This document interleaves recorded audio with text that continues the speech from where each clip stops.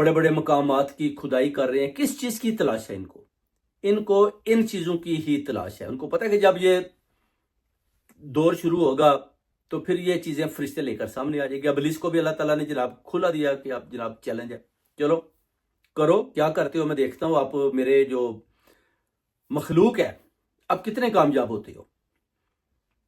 وہ خالق ہے، ہم مخلوق ہیں، وہ مسجود ہے، ہم ساجد ہیں.